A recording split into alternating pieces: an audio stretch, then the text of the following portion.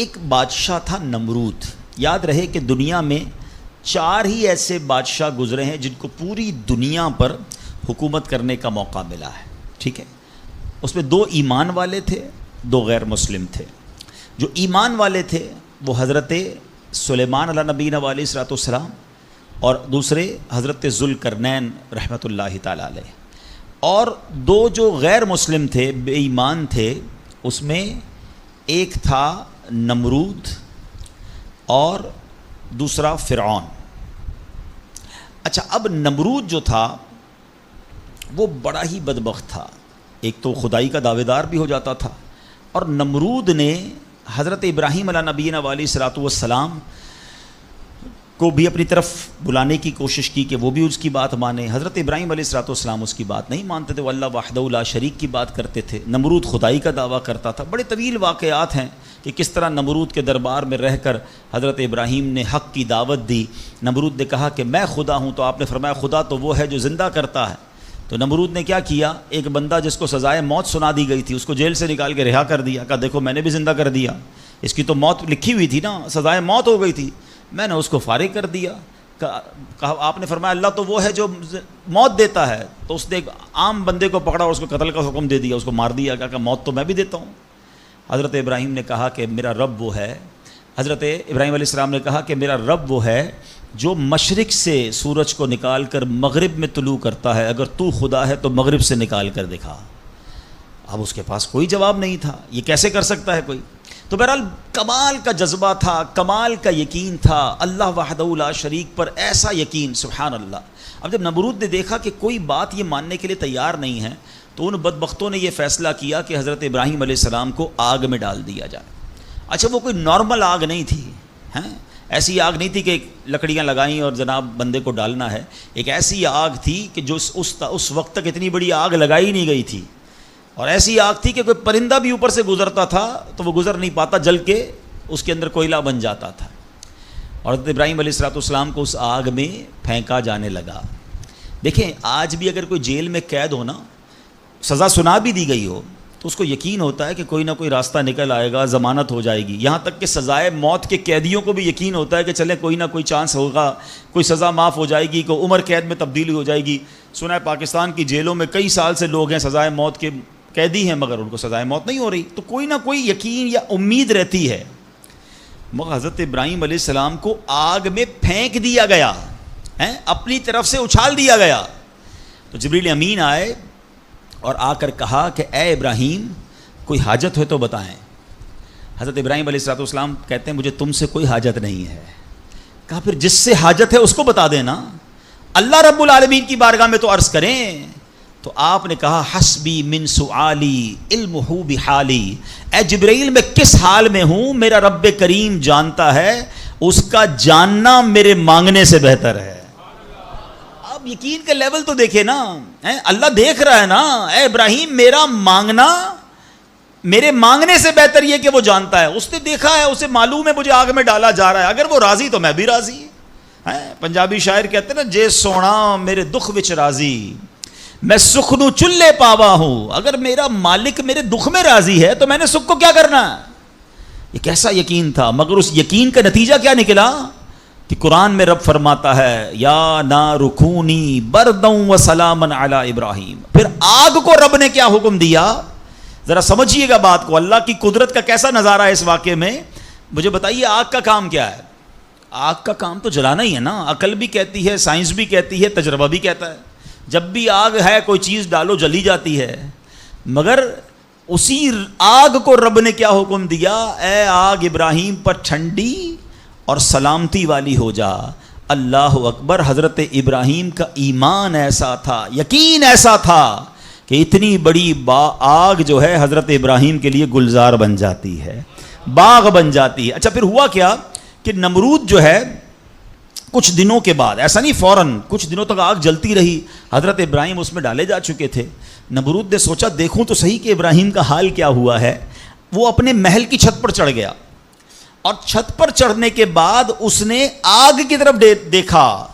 جب آگ میں دیکھا تو وہ حیران ہو گیا کہ حضرت ابراہیم اس اتنی بڑی آگ میں ایسے بیٹھے ہوئے ہیں جیسے بندہ باغ میں بیٹھا ہوتا ہے. بالکل اس آگ نے کوئی بال بھی بیکا نہیں کیا. حضرت ابراہیم چند منٹوں یا چند گھنٹوں میں نہیں رہے. تفاسیر میں لکھا کہ حضرت ابراہیم علیہ السلام اس آگ میں ایک روایت کے مطابق 7 دن اور ایک روایت کے مطابق 40 دن اس آگ میں رہے, مگر جب آپ باہر آتے ہیں تو آگ نے کوئی اثر آپ پر نہیں ڈالا. اللہ اکبر.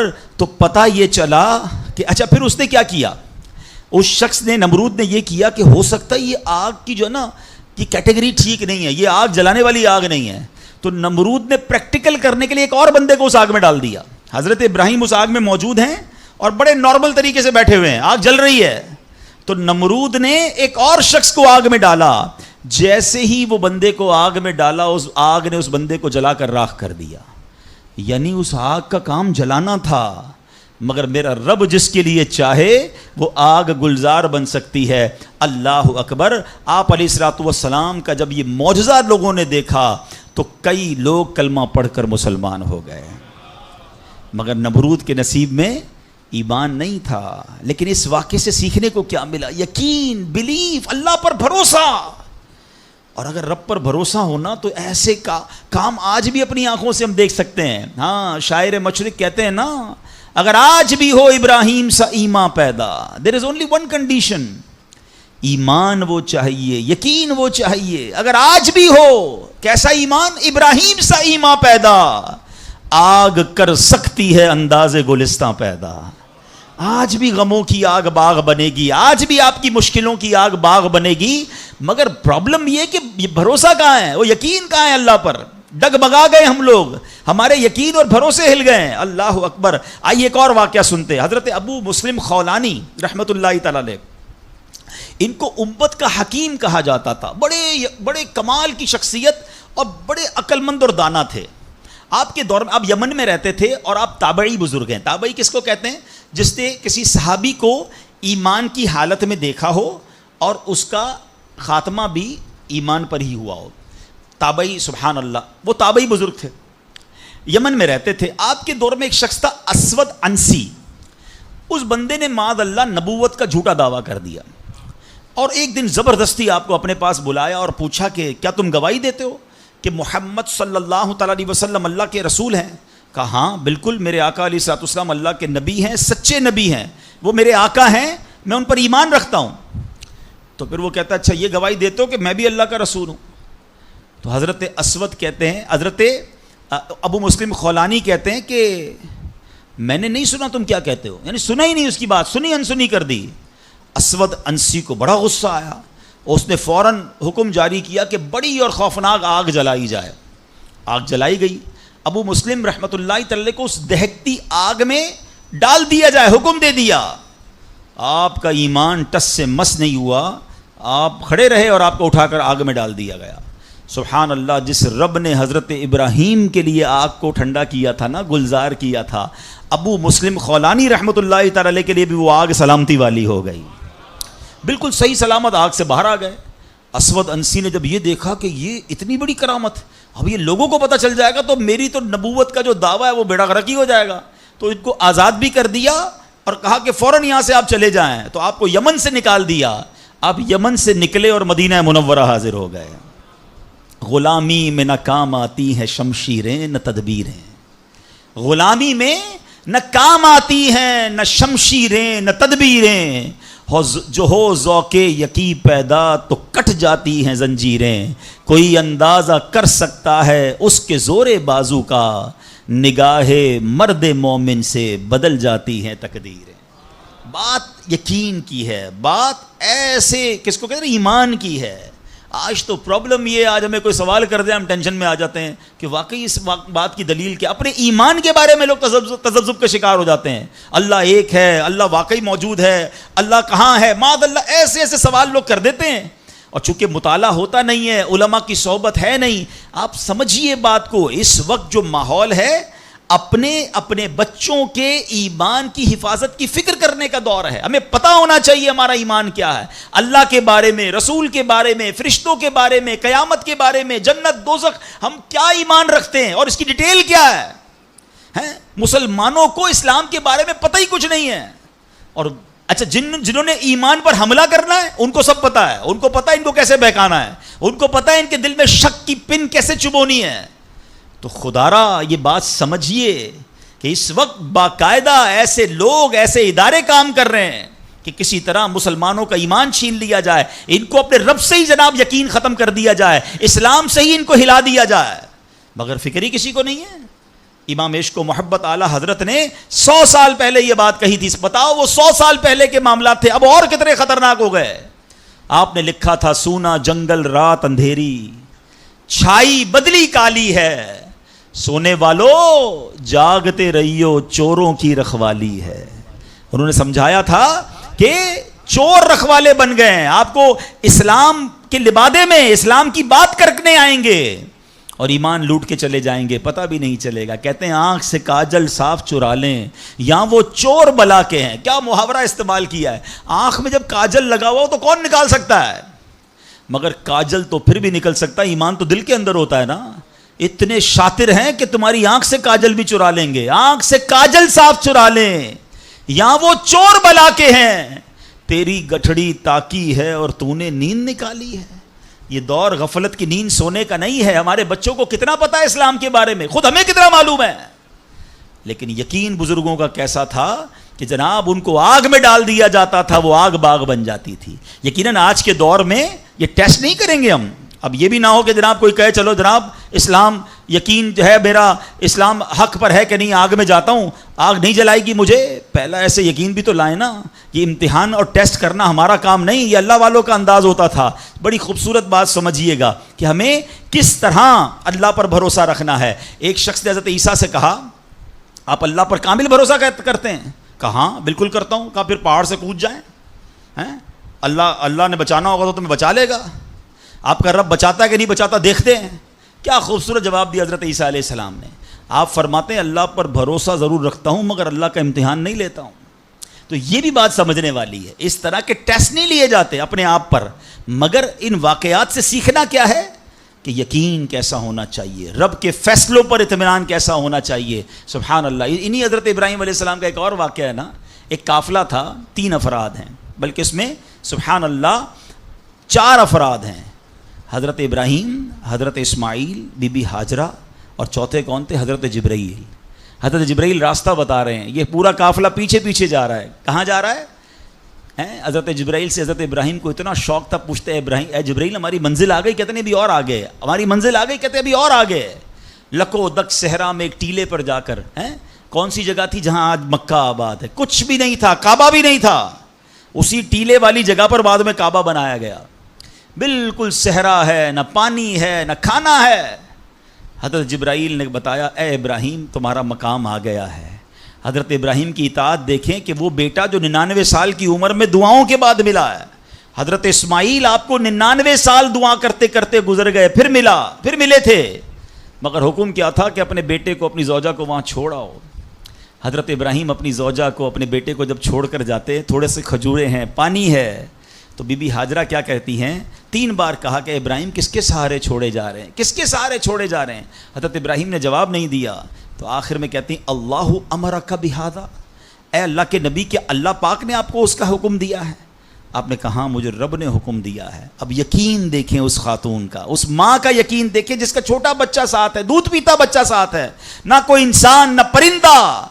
مگر جب حضرت ابراہیم نے کہا نا کہ ہاں رب کا حکم ہے, تو کیا کہا؟ لا یضیعنا اللہ, یعنی اے اللہ پاک کے نبی اگر یہ اللہ پاک کا حکم ہے تو پھر آپ خیر سے جائیں, اللہ ہمیں ضائع نہیں کرے گا. رب کا حکم ہے نا, پھر کھانا بھی اسی نے دینا ہے, پانی بھی اس نے دینا ہے, ہماری حفاظت بھی اسی نے کرنی ہے. ہائے ہائے یقین کیسا تھا کہ وہ رب رحمان قدرتوں والا ہے. اللہ وہ ہے جو مردے سے زندہ نکال سکتا ہے. اللہ وہ ہے جو دن سے رات کو بناتا ہے, رات سے دن کو بناتا ہے. اللہ پاک وہ ہے جو بنجر سرزمین کو سرسبز و شاداب بنا دیتا ہے. یہ وہی رب ہے جو صحرا سے چشمے نکال دیتا ہے. اللہ پر یقین تھا کہ اگر پانی نہیں تو کیا ہوا, پانی بھی اسی کی نعمت ہے, وہی عطا فرمانے والا ہے. ارے یہاں کھانا نہیں تو کیا ہوا, رزق دینے والا تو موجود ہے. سبحان اللہ. اور ایسا ہی ہوا, کہا اب خیر سے جائیے, اللہ ہمیں ضائع نہیں کرے گا. کیا خوبصورت شعر ہے نا, یقین مثل خلیل آتش نشینی. یقین مثل خلیل آتش نشینی، یقین اللہ مستی خود گزینی، سن اے تہذیب حاضر کے گرفتار، غلامی سے بدتر ہے بے یقینی۔ کیا ترجمہ ہوا اس کا معنی کیا ہوا؟ یقین کیا ہے؟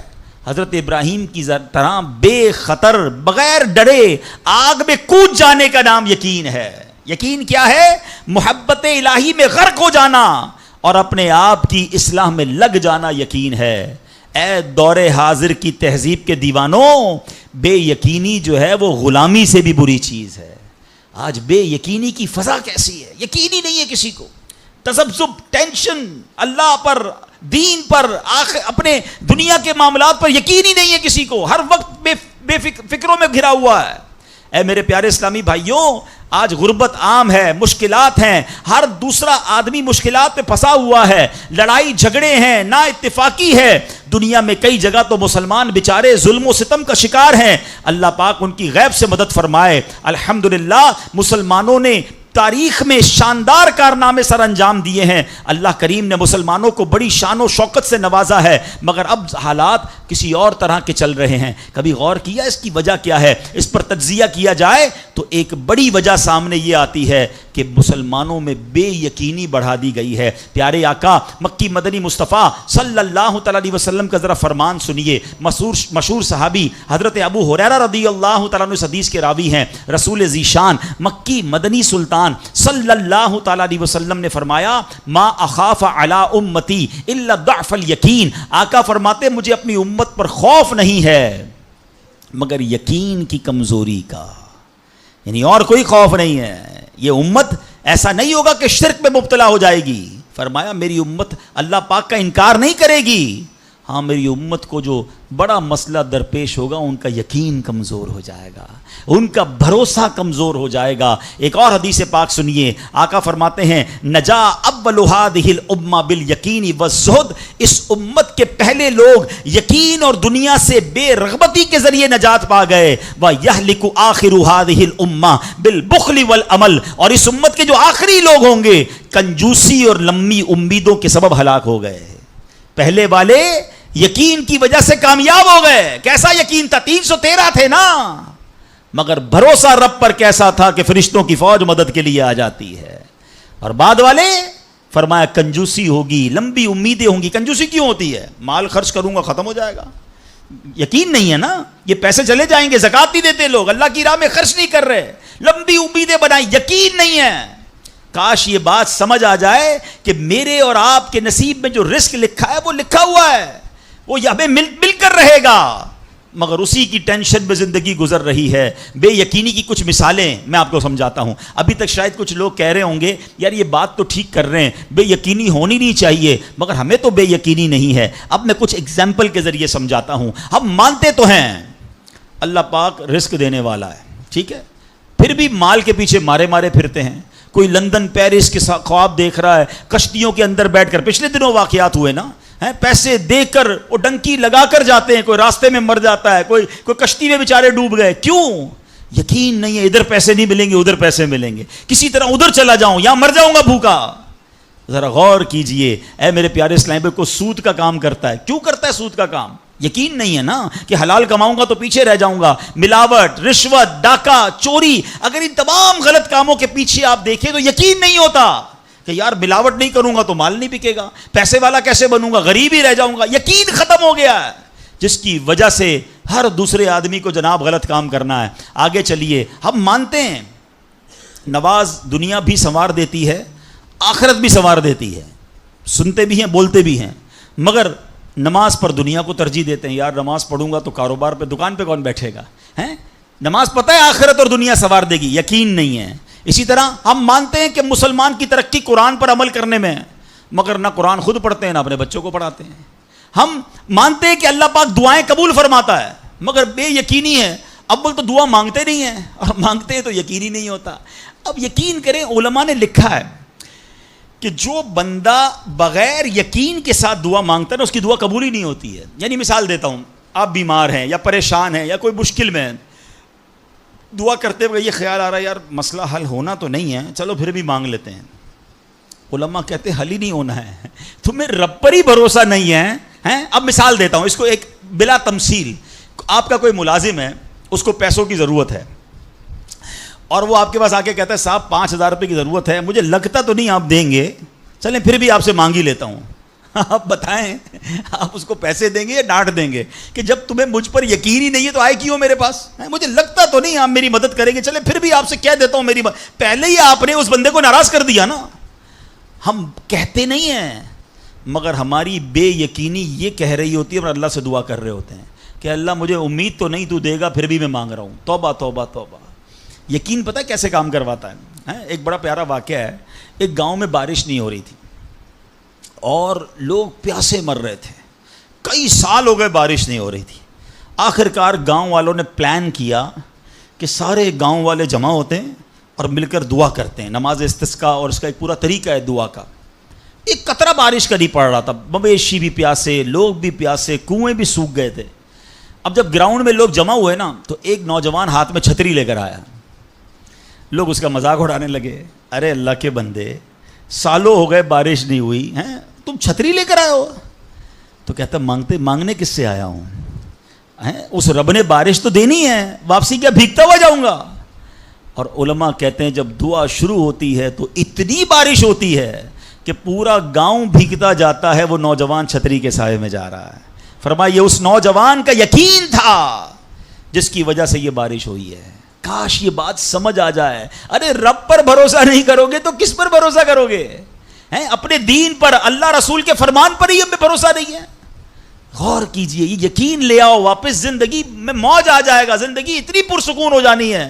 اگر اللہ کے فیصلوں پر یقین آ جائے, اللہ کی عطاؤں پر یقین ہو جائے, آخرت کے وعدوں پر یقین ہو جائے, نبی پاک کی حدیثوں پر یقین ہو جائے.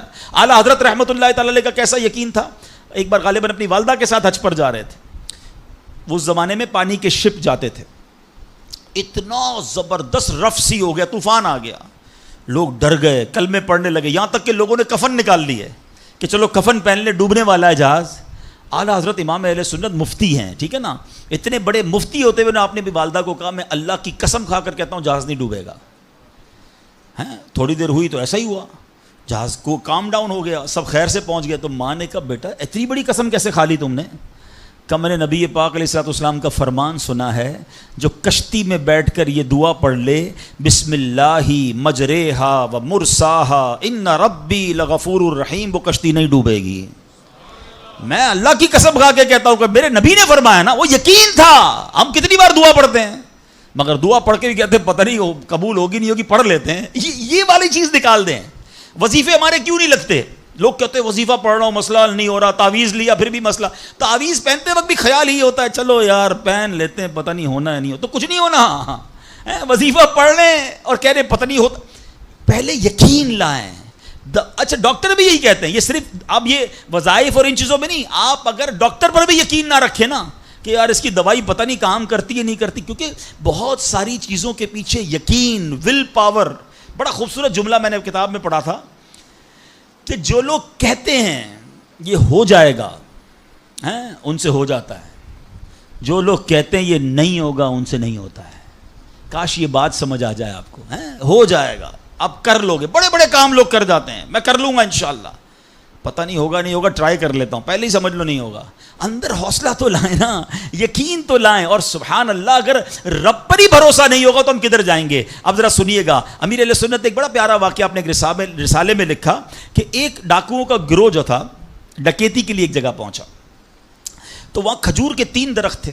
ایک درخت خشک تھا, یعنی اس میں پھل نہیں لگے ہوئے تھے. دوسرا درخت پھلدار تھا. تو ڈاکوؤں کا سردار نے دیکھا کہ ایک چڑیا جو ہے وہ پھلدار درخت سے اڑتی ہے, خشک درخت پر جاتی ہے, واپس پھلدار درخت پہ آتی ہے, پھر خشک درخت پر جاتی ہے. تو اس نے کہا چکر لگائی جا رہی ہے, کوئی ماجرا ہے. تو اس نے غور سے دیکھا تو کیا دیکھا کہ وہ چڑیا جو ہے وہ پھلدار درخت سے جو ہے وہ کھجور لیتی ہے, اور جب خشک درخت پر جاتی ہے تو وہاں ایک اندھا سانپ منہ کھولے بیٹھا ہے. وہ چڑیا جا کر اس کے منہ میں کھجور ڈال کے آتی ہے, پھر دوبارہ جاتی ہے کھجور لا کر پھر اس سانپ کے منہ میں ڈالتی ہے. وہ جب ڈاکوؤں نے دیکھا تو وہ تو حیران ہو گیا, رونے لگ گیا کہ اے اللہ پاک, یہ وہ جانور ہے سانپ جس کو مارنے کا حکم تیرے پیارے حبیب علیہ الصلوۃ والسلام نے دیا ہے. کیونکہ یہ مسلمانوں کو تکلیف پہنچاتا ہے. مگر تو نے جب اس کی آنکھیں لی تو اس کے رزق کا انتظام کر دیا اور ایک چڑیا کی ڈیوٹی لگا دی کہ وہ جا کر اس کو کھانا پہنچائے. تو میں تو اشرف المخلوقات ہوں, میں تیرے بندوں کو لوٹ رہا ہوں, اے اللہ تو میری توبہ قبول فرما, میں آئندہ ایسا نہیں کروں گا. یہ رونے لگا. اب یہ سوچ رہا ہے سبحان اللہ. تو اللہ اکبر, غیب سے آواز آئی کہ اے فلاں میری توبہ کا دروازہ کھلا ہوا ہے. ڈاکو کہتا ہے یا اللہ میں نے توبہ کی. پھر غیب سے آواز آئی ہم نے تیری توبہ قبول کر لی. اچھا جب اس نے توبہ کی تو اس کے سارے ساتھی سن رہے تھے, سردار آپ نے توبہ کی, ہم نے بھی توبہ کی. کہا سوچو تو صحیح, ہم ڈکیتی کر رہے ہیں, ہم چوری کر رہے ہیں, رب جب اس اندھے سانپ کو روزی دے گا تو ہمیں کیوں نہیں دے گا؟ ہم اللہ کی قدرت پر یقین کیوں نہ رکھیں؟ سب نے توبہ کر لی. اب جب توبہ کر لی تو انہوں نے کہا کہ اب ایسا کرتے ہیں کہ حج کو چلتے ہیں. سارا قافلہ بنا کر, ڈاکوؤں کا قافلہ توبہ کر کے چلا حج کرنے کو. جب مکہ پاک کے قریب پہنچے نا تو وہاں ایک نابینا بڑھیا تھی. وہ ہر قافلے والے سے اس ڈاکوؤں کے سردار کا نام لے کے پوچھتی تھی وہ بندہ آیا تو ڈاکوؤں کا جب قافلہ ہے تو کہا میں ہی تو وہ ہوں. تو کہا یہ میرے کپڑے تمہارے لیے ہیں. بولا آپ مجھے کپڑے کیوں دے رہی ہیں؟ کہا میرا ایک بیٹا تھا اور وہ بیٹا جو ہے اس کے کچھ دن پہلے, بڑا نیک بیٹا تھا میرا, کچھ دن پہلے اس بیٹے کا انتقال ہوا ہے, یہ اسی کے کپڑے ہیں. 3 دن سے مسلسل نبی پاک علیہ الصلوۃ والسلام میرے خواب میں تشریف لا رہے ہیں اور فرما رہے ہیں کہ اس نام کا بندہ آئے گا, اس کو یہ کپڑے دے دینا. ہائے ہائے, ذرا سوچو تو صحیح, جب رب توبہ قبول کرتا ہے تو مرتبے کیسے بڑھا دیتا ہے. کاش یہ بات سمجھ آ جائے. اللہ سے بندہ جب دوستی کر لیتا ہے نا, اللہ پچھلے گناہ معاف فرما دیتا ہے, بلکہ اللہ راضی ہو جائے تو گناہوں کو نیکیوں میں بدل دیتا ہے. مگر کیسے اس ڈاکو کو توبہ نصیب ہوئی؟ یقین. کاش حرام کمانے والا, سود کا کام کرنے والا, کاش رشوت لینے والا, ڈاکہ ڈالنے والا, چوری کرنے والا یہ سوچے کہ میں کیوں کر رہا ہوں, ملاوٹ کرنے والا سوچے. اللہ پر بھروسہ تو رکھو یار, رب نے میرا نصیب لکھا ہوا, جو میرے نصیب میں مجھے مل کر رہے گا. کاش یہ بات سمجھ آ جائے. صدیق اکبر رضی اللہ تعالیٰ عنہ, مسلمانوں کے پہلے خلیفہ, جب آپ نے یہ آیت پڑھی نا قرآن پاک میں, اللہ ارشاد فرماتا ہے وما من دابۃ فی الارض الا علی اللہ رزقها. اللہ فرماتا ہے اور زمین پر چلنے والا کوئی جاندار ایسا نہیں جس کا رزق اللہ کے ذمہ کرم پر نہ ہو. آپ فرماتے کہ جب سے میں نے یہ آیت پڑھ لی خدا کی قسم میں نے روزی کی فکر کرنا چھوڑ دی ہے. کہ جب اللہ نے ہر کسی کا رزق اپنے ذمے پہ لے لیا تو مجھے کس بات کی ٹینشن ہے. کاش ہمیں یہ بات سمجھ آ جائے کہ ہمیں اب ذرا غور کریں. ابھی یہ اجتماع ختم ہوگا, اگر میں آپ سب کو کہوں کہ بتائیں آپ کے لیے کیا دعا کروانی ہے, تو تقریباً 70-80% لوگوں نے پتہ کیا کہنا ہے, حضور روزی میں برکت کی دعا کر دیں, کاروبار میں برکت کی دعا کر دیں, نوکری نہیں لگ رہی اس کی دعا کر دیں. میں نہیں کہتا یہ دعا نہیں کرنی چاہیے, اللہ سے نہیں مانگیں گے تو کس سے مانگیں گے, لیکن کوئی تو کہے کہ میری ایمان پر موت کے لیے دعا کر دیں, میری قبر جنت کا باغ بن جائے اس کے لیے دعا کر دیں, میں آخرت میں جاؤں تو اللہ مجھ سے راضی ہو جائے اس کے لیے دعا کر دیں. فرق دیکھیں, میری اور آپ کی ٹینشن کیا ہے؟ دنیا, روزی, مال, حالانکہ اس کا وعدہ ہے, دانے دانے پر لکھا ہے کھانے والے کا نام, مجھے مل کر رہے گا. مگر اللہ نے مغفرت کا وعدہ نہیں کیا ہے. اس کی دعا کہاں ہے؟ اس کی ٹینشن کیوں نہیں ہے؟ ایسے کئی لوگ مجھے بھی ملے, آپ کو بھی ملے ہوں گے, یار رات کو نیند نہیں آ رہی, کیوں؟ بس یار کاروبار کی ٹینشن بہت ہے. کبھی زندگی میں ایک رات میری اور آپ کی ایسی گزری کہ اس ٹینشن میں نیند نہ آئی ہو کہ قبر میں جاؤں گا تو قبر جنت کا باغ بنے گی یا دوزخ کا گھڑا بنے گی, کلمے والی موت ملے گی کہ نہیں, جنت میں جاؤں گا یا دوزخ میں جاؤں گا, میزان عمل پر جب اعمال تولے جائیں گے گناہ کا پلڑا بھاری ہوگا یا نیکیوں کا پلڑا بھاری ہوگا. یار آج جون جولائی کی گرمی, ہیٹ اسٹروک کی باتیں ہو رہی ہیں, 50 ڈگری میں حال برا ہو گیا, سورج 1 میل پر جب ہوگا اور لوگوں کی پیاس زبان سے باہر زبانیں آئیں گی, مجھے جام کوثر نہ ملا تو میرا کیا بنے گا. کبھی اس کی ٹینشن, اس کا وعدہ نہیں ہے, یہ اللہ سے دعا کرنی ہے, اس کے لیے کوشش کرنی ہے.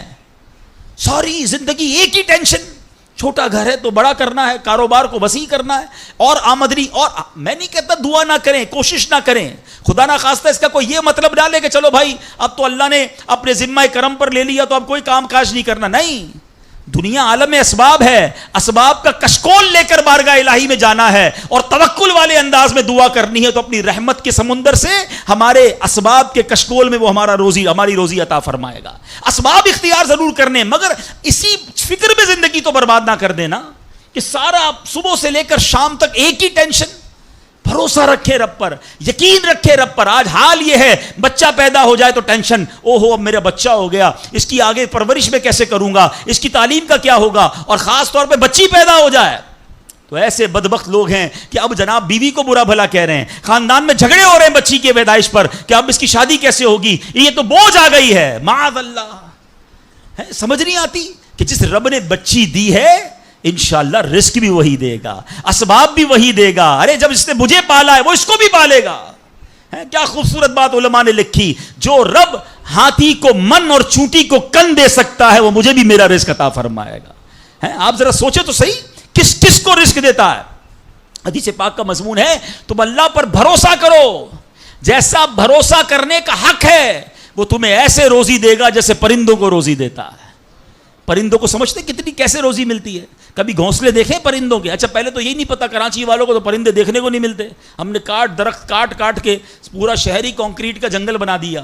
ورنہ یہ پوچھے بزرگوں سے, ہم بھی چھوٹے تھے تتلیاں بھی دکھتی تھیں, صبح مدرسے اسکول جاتے تھے تو کوئل کی آواز بھی آتی تھی. اب تو کراچی والوں کے ہارن کی آواز آتی ہے ہم کو. اب تو یہ پرندے بھی چلے گئے. کہاں چلے گئے, ہم نے درخت کاٹے, ہمیں نظر ہی نہیں کہ درخت ہے کیا. آج گاڑی پارک کرنے کے لیے ہر بندہ درخت کا سایہ ڈھونڈ رہا ہے مگر درخت لگاتا نہیں ہے. کاش یہ بات سمجھ آ جائے کہ جتنے درخت لگتے جائیں گے شہر یا ملک خوشگوار بھی ہوگا, موسم بھی کول ڈاؤن ہو جائے گا.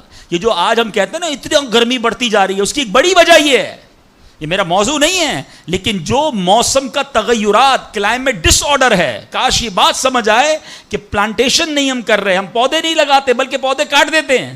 کتنے درخت کاٹے, کتنے جنگل ختم کر دیے ہم نے. الحمدللہ دعوت اسلامی کا شعبہ FGRF, اب پلانٹیشن ہم کرتے چلے جا رہے ہیں. 30 لاکھ پودے لگائے مگر یہ تھوڑے ہیں. کاش میری یہ بات لوگ سن رہے ہوں, اس کا شارٹ کلپ سنیں اور وائرل کریں کہ اگر آپ نے اپنے آنے والی نسلوں کو خوشگوار موسم دینا ہے, اچھے حالات دینے ہیں, ٹھنڈی چھاؤں دینی ہے, آکسیجن کی فیکٹریاں دینی ہیں, تو ہم سب کو کم از کم ایک پودا لگانا چاہیے. 25 کروڑ پاکستانی بتایا جاتا ہے, 24 کروڑ پاکستانی, سب صرف ایک پودا لگائیں اور تو اس پودے کو درخت بنائیں, صرف پودے کو بچے کی طرح پالیں. آپ یقین کریں ہمارا ملک ایک پورا ملک ہی باغ بن جائے گا.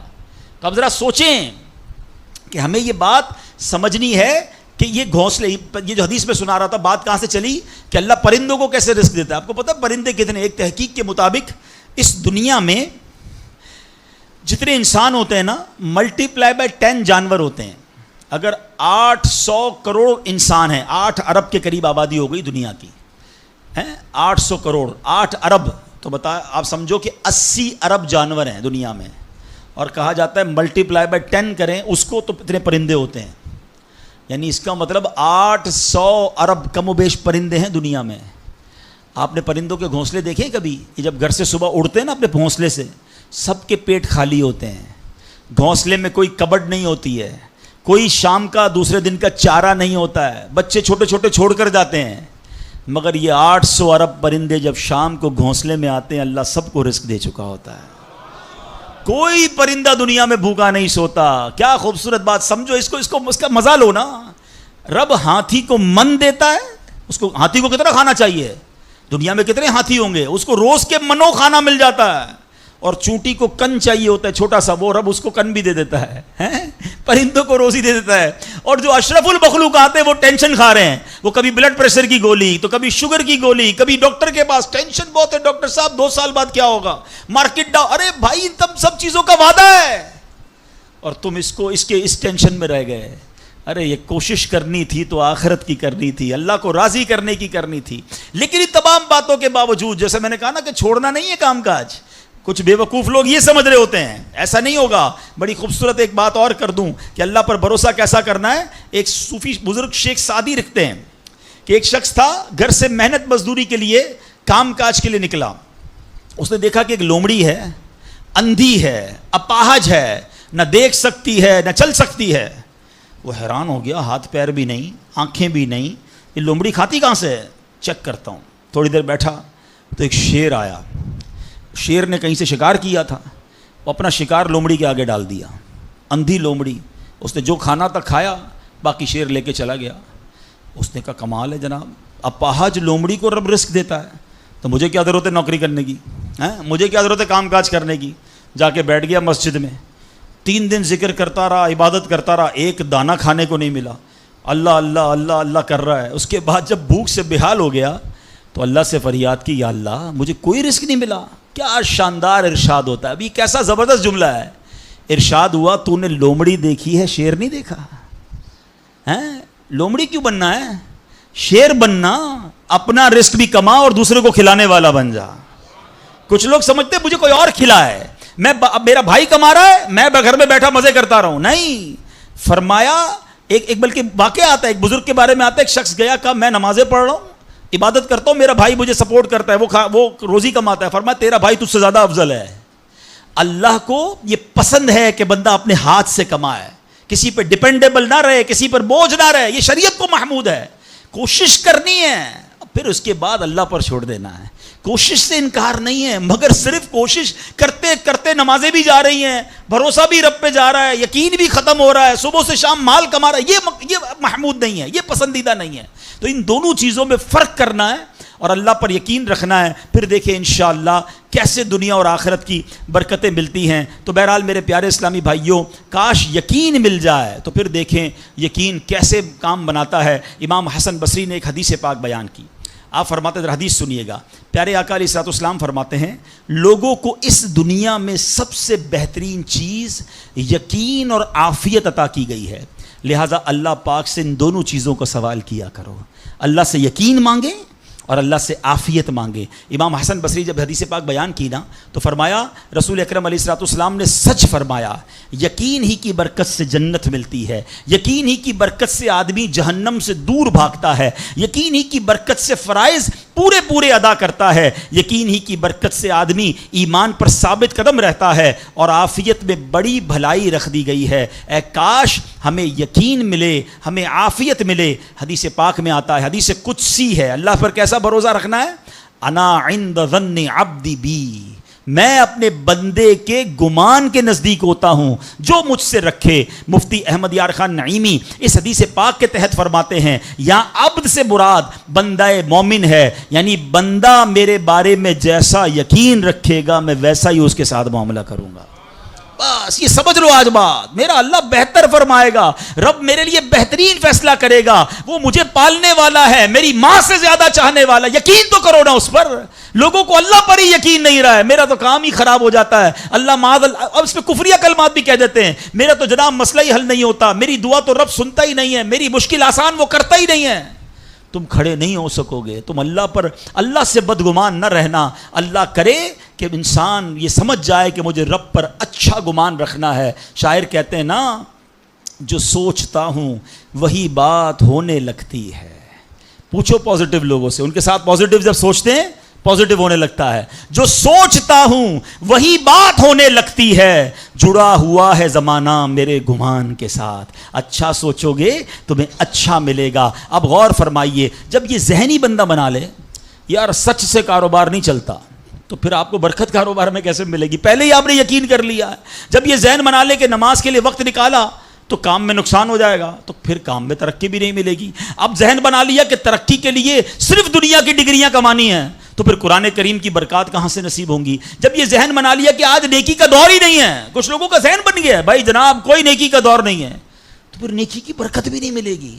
ذہن پازیٹیو رکھیں, ذہن اچھا رکھیں, انشاءاللہ آپ دیکھیں آپ کے ساتھ اچھا ہونا شروع ہو جائے گا. میرے پاس وقت کم ہے, ورنہ اس پر تو پوری ریسرچ موجود ہے. آپ پازیٹیو سوچتے ہیں تو پازیٹیو انرجیز آپ کی طرف متوجہ ہو جاتی ہیں. اب تو سائنس بھی کہتی ہے نیگیٹو سوچتے ہیں تو نیگیٹو انرجیز آپ کی طرف متوجہ ہوتی ہیں, آپ ڈی مورلائز ہونا شروع ہو جاتے ہیں, آپ کے حوصلے ٹوٹنا شروع ہو جاتے ہیں. اور جس کو ول پاور کہا جاتا ہے, جس کو اچھا سوچنا کہا جاتا ہے, اگر بندہ یہ کرنا شروع کر دے پھر دیکھیں اس کے کام کیسے بن جاتے ہیں. تو اللہ کرے کہ ابھی یہ بات سمجھ آ جائے کہ ہمیں اپنے رب سے انشاءاللہ یقین حاصل کرنا ہے. حضرت خالد بن معدان رحمۃ اللہ تعالی علیہ فرماتے ہیں, تعلموا الیقین کما تعلموا القرآن, یعنی یقین کو بھی ایسے ہی سیکھا کرو جیسے قرآن سیکھتے ہو.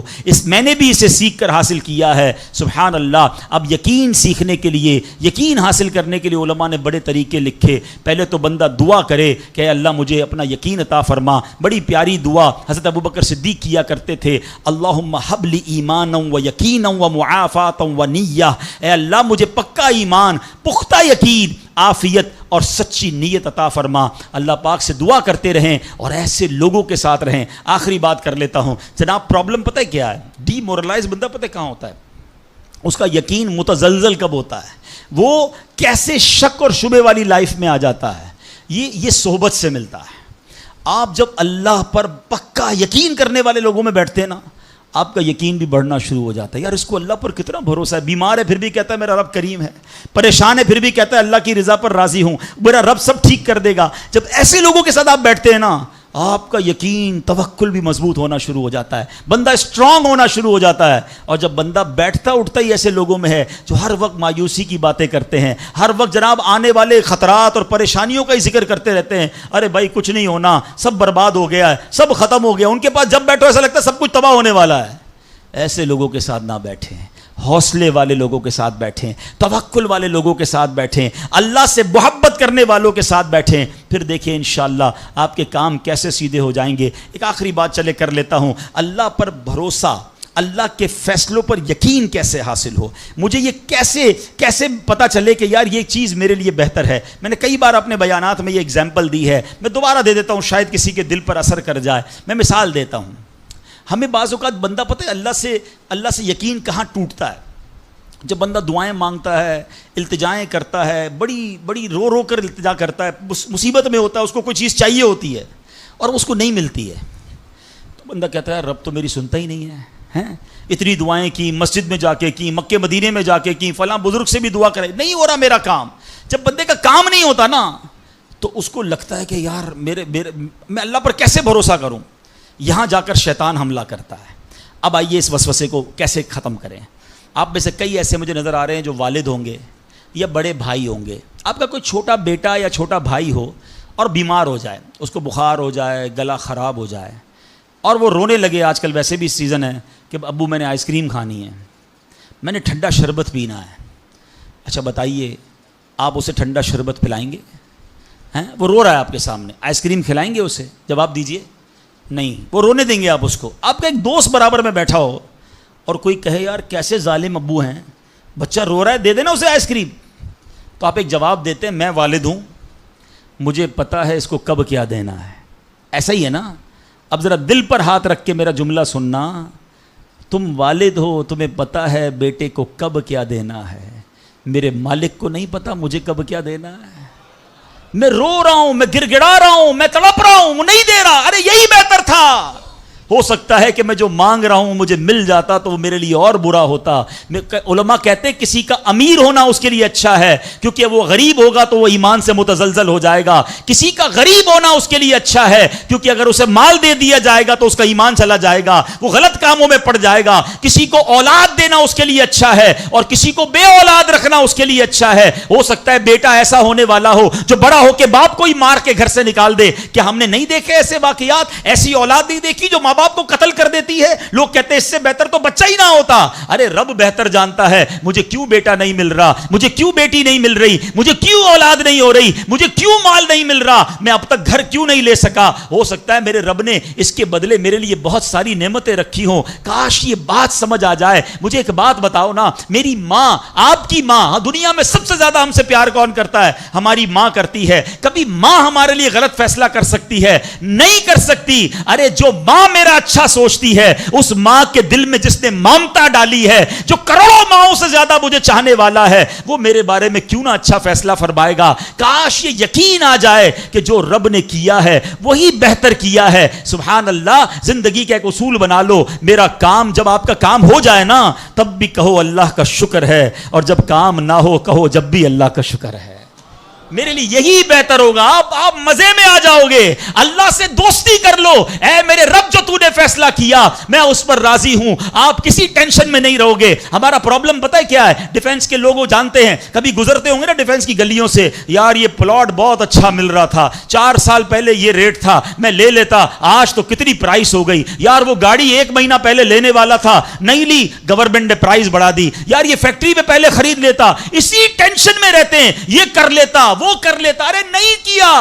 نہیں ہوا وہی میرے لیے بہتر تھا، جو رب نے دیا وہی میرے لیے بہتر ہے۔ خدا کی قسم جس دن اللہ پر بھروسہ سیکھ لیا، رب سے دوستی کر لی، رب کے فیصلوں پر اطمینان تمہیں حاصل ہو گیا، زندگی کے بہت سارے غم ختم ہو جائیں گے، جو بھی ہوگا وہ رب کی طرف سے ہے۔ ارے جب حضرت ابراہیم آگ میں ڈالے جا رہے ہیں، جبریل امین آ کے پوچھتے بتاؤ اے ابراہیم تمہاری کوئی مدد کر سکتا ہوں، کوئی حاجت ہے؟ فرماتے مجھے کوئی حاجت نہیں۔ کہا اللہ سے تو کہہ دو کہ رب دیکھ رہا ہے، اس کا دیکھنا میرے مانگنے سے بہتر ہے۔